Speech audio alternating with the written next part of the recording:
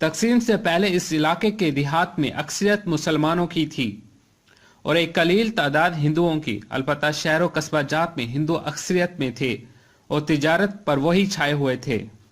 بہادر پور، خان بیلا، دراب پور، شجاعت پور، علی پور، غازی پور، عمر پور، بیلے والا، کوٹ امام دین، عنایت پور، خاکی پونٹا، جہان پور، حافظہ والا، نوراجہ بھٹا، کوٹلہ شاہ رسول، کوٹلہ چاکر اور موتھا معروف مواضع و قصبے ہیں جن کے درمیان جلال پور پیر والا ایک مرکز کی حیثیت سے موجود ہے۔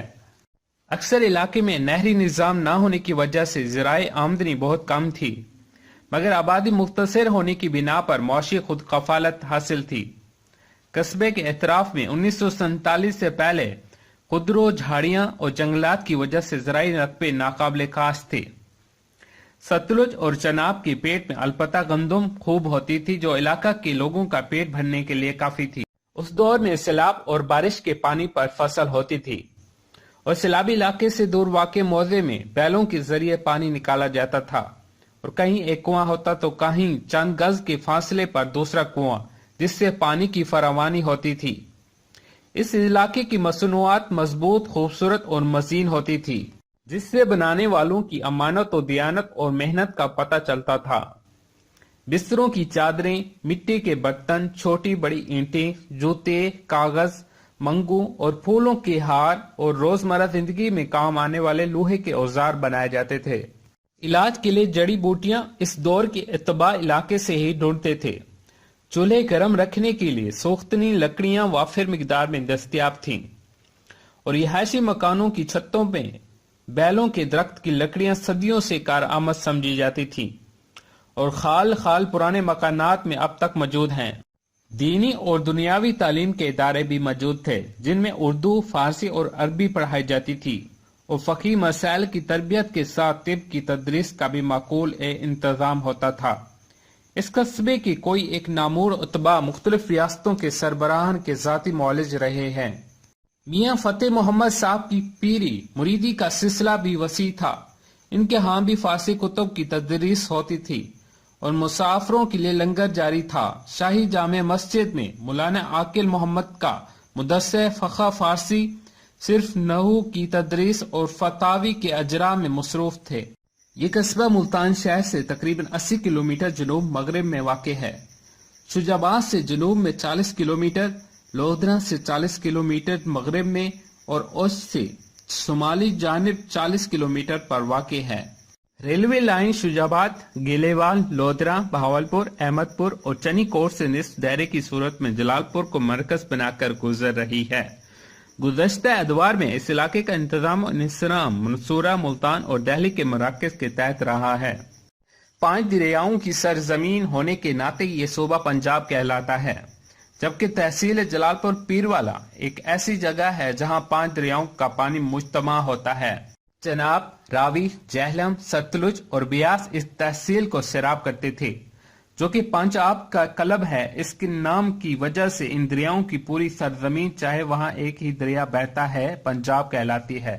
قدیم ادوار سے ہی اوپر کے علاقوں کا سامان تجارت اسی علاقے سے ہو کر گزرتا تھا۔ دریاؤں میں کشتیوں کے ذریعے سامان تجارت کی نقل و حرکت آسان تھی اور اسی کا پہلے زمانے میں رواج تھا۔ 327 میں یہ علاقہ 26 چھوٹی چھوٹی ریاستوں میں منقسم تھا۔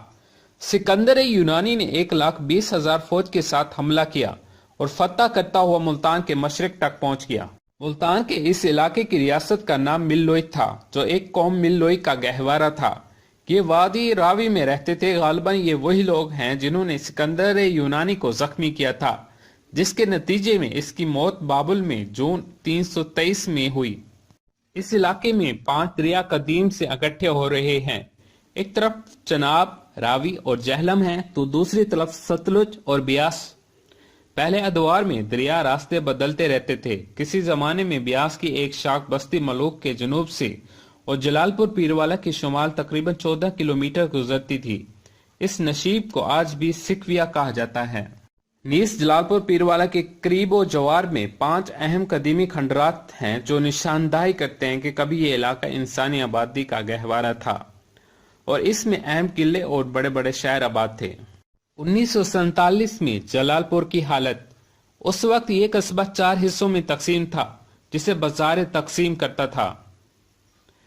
جنوب سے موجودہ چوک ابو بکر سے، شمال کو خانگاہ کے مشرق سے ہوتا ہوا موجودہ پانی کی ٹینکی کے سامنے تک بڑا بازار تھا، اور مغرب میں تھانہ پولیس سے، مشرق میں مسجد قریشیاں تک کافی حصہ بازار اور پھر شارع عام تھا، اور درمیان میں سبزی منڈی تھی جسے چوک بازار کا نام دیا جاتا تھا۔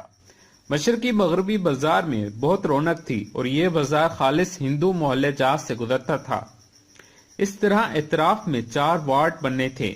یہی سمال ٹاؤن جلال پور پیر والا کہلاتا ہے۔ ہندو مسلم فسادات یہاں بھی ہوئے۔ دیہات کے مسلمانوں نے جتھے بنا کر حملے کیے اور لوٹ مار کی۔ مشرقی حملہ جات کے ہندو عام طور پر انڈیا کی طرف جس سے ممکن ہوا چلے گئے۔ مغربی حصے کے ہندوؤں نے مسلمانوں کے ہاتھوں قتل ہونے اور اپنی تباہی کے بجائے ستی ہونا پسند کیا، اور ایک مکان اس مقصد کی تیار کیا گیا جو شاہی جامع مسجد کے مشرق میں واقع ہے، اور جہاں اب ایک مسجد اور مدثر سراج العلوم بنا دیا گیا ہے۔ تقسیم سے پہلے تجارت پر ہندو چھائے ہوئے تھے۔ سینکڑوں دکانیں میں صرف 2 دکانیں مسلمانوں کی تھی، ایک محمد رمضان ولد محمد وارث خواجہ کی ملکیت اور دوسری حاجی عبدالغفار خواجہ کی۔ باقی پورا بازار ہندوؤں کی ملکیت تھا۔ چند مسلمان کرائے پر دکانداری کرتے یا ہندوؤں کی دکانوں پر بیٹھ کر سلائی وغیرہ کا کام کرتے تھے، اور اکثر مزدور پیشہ تھے۔ دیہات میں البتہ کاشتکاری مسلمان کرتے تھے، جبکہ زرعی رقبے بالعموم مسلمان زمینداروں کی ملکیت تھے، اور رقبہ جات کی بڑی مقدار ہندوؤں کے پاس رہن تھی جس کی آمدنی ہندو حاصل کرتے تھے۔ ہندو ساہوکار مسلمانوں کی ضروریات زندگی، شادی، غمی اور تہوار وغیرہ میں سود پر سرمایہ کاری کرتے تھے۔